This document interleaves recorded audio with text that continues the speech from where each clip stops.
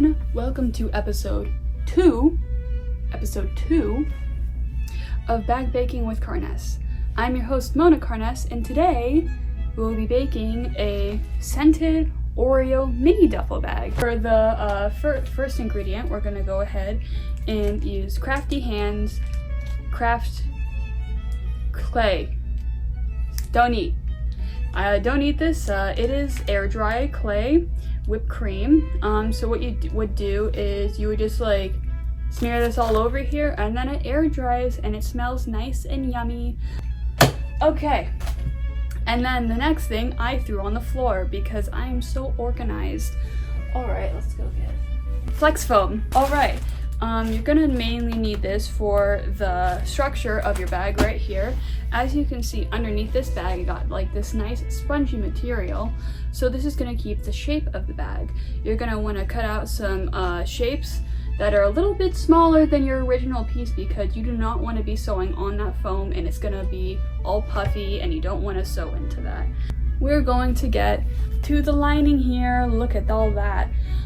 So I went ahead and sewed my little pocky pockets already on there. So you're gonna wanna go ahead and sew 2 pockets onto here. That's 2 pockets. And now you wanna make sure the lining is as long as your base, all right? Next, we're gonna go on and go to our 20-inch zipper. I personally like to use the double zippers because I like the way they look and I like the way they function. This is not a necessity. You can always get a zipper that has a singular zipper on it, all right? Make sure it is 20 inches and make sure that it is longer than your base. If it is shorter than your base, you are going to have a bad time. All right, now we're gonna go ahead and get to our cream. This is the cream. It's gonna act as our icing on the bag. You will see this step later. I went ahead and drew these droopy little things. You're gonna need 2 of these for both sides. Be very, very slow with this process because look at these curves. They're dangerous, dangerously curvy. Okay, and now, last but not least, we're gonna go ahead and show our base right here. This is the foam base you are going to need. You need this foam base to keep its structure. If you do not have the foam base, it is going to look like a flat pancake. So please make sure you add foam to all your pieces that you're going to be sewing together.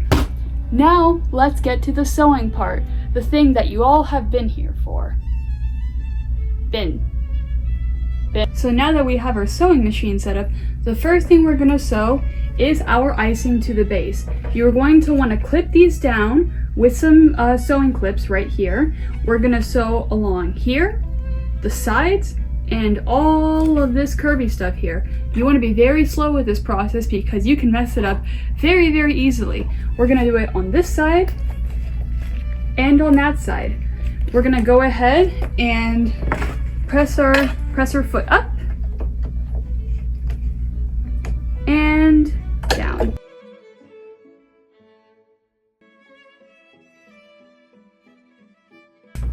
Okay, so we are finally done sewing. That took a bit, but now we have both sides fully sewn. And now the next part, we need our D-ring holders, which are basically going to be our holders for our bag handles. So you're going to want to cut out 4 of these, and you're going to want to tape it down. What you're going to want to do is you're going to want to get this double-sided tape. It's going to be so helpful just for any project in general if you just want to like tape something down without having to use needles to poke and ruin any fabric, just in case it's delicate fabric and it's not as forgiving as some tougher fabrics. So get your double-sided tape, get your D-rings, mine are hearts, and you're going to want to go ahead and put your D-rings through your D-ring holders, and then you're going to tape it down right here, and you're going to want to make 2 of these so they're double-sided.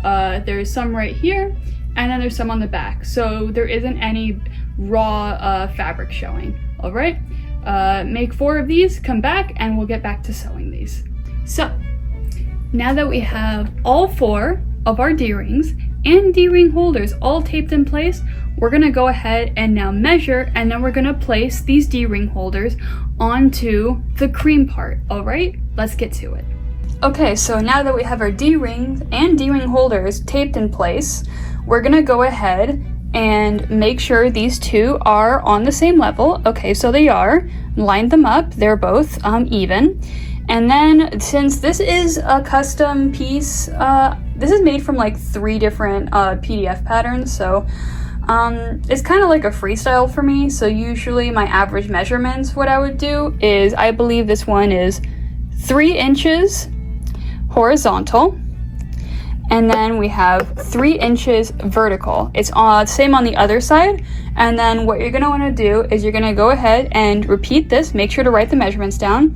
3 inches horizontal, 3 inches vertical, 3 inches horizontal, 3 inches vertical. Go ahead and do this on the other side, and we'll be right back. Okay, so I went ahead and sewed this off camera. So this is what it would look like sewn. So all 4 D-rings and D-rings holders are now fully sewn together. So now what you want to do is you want to get your lining, and now you want to line it up with your base. So I'm going to go ahead and pin this together, sew this together, and we'll be right back. Alright, now we got all this sewed up.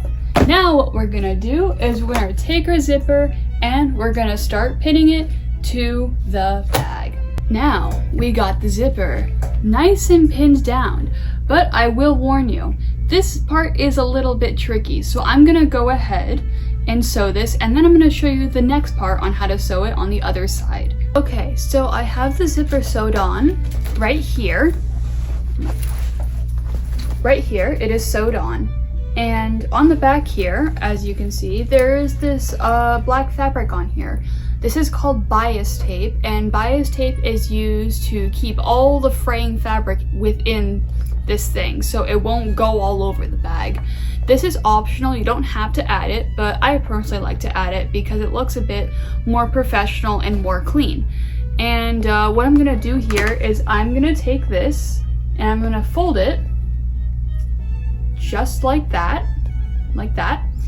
And this is also optional too. And what I'm gonna do is I'm gonna sew on the top here while this is folded back, and this is called a top stitch. So usually the top stitch, what it does is it does keep the bias tape out of the way. So when you open the zipper, it won't be in the way here. So it looks just a lot cleaner in my opinion.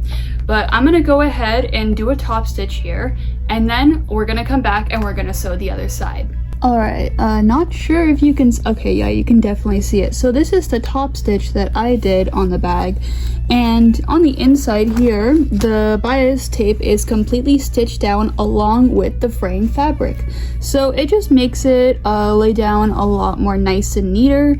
So yeah, no, like yet again, not optional, but this is what it looks like when it's fully sewn.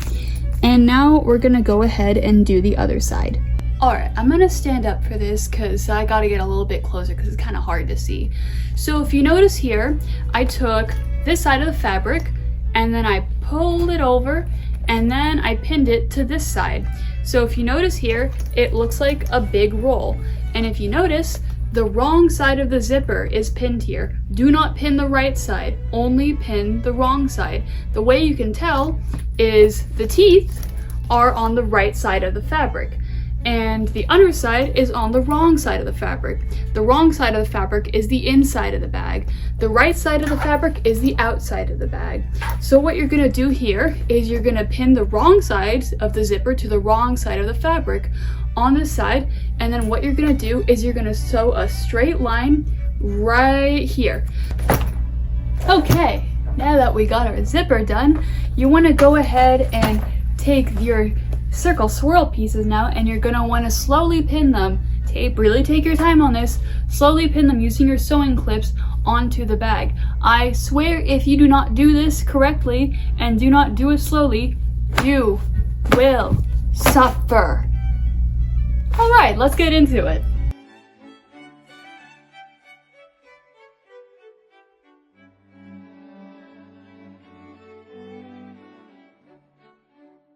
We have this bag that we sewed inside out. Now what we're gonna do is turn it right side out. And And now it's time for the fun part, the frosting.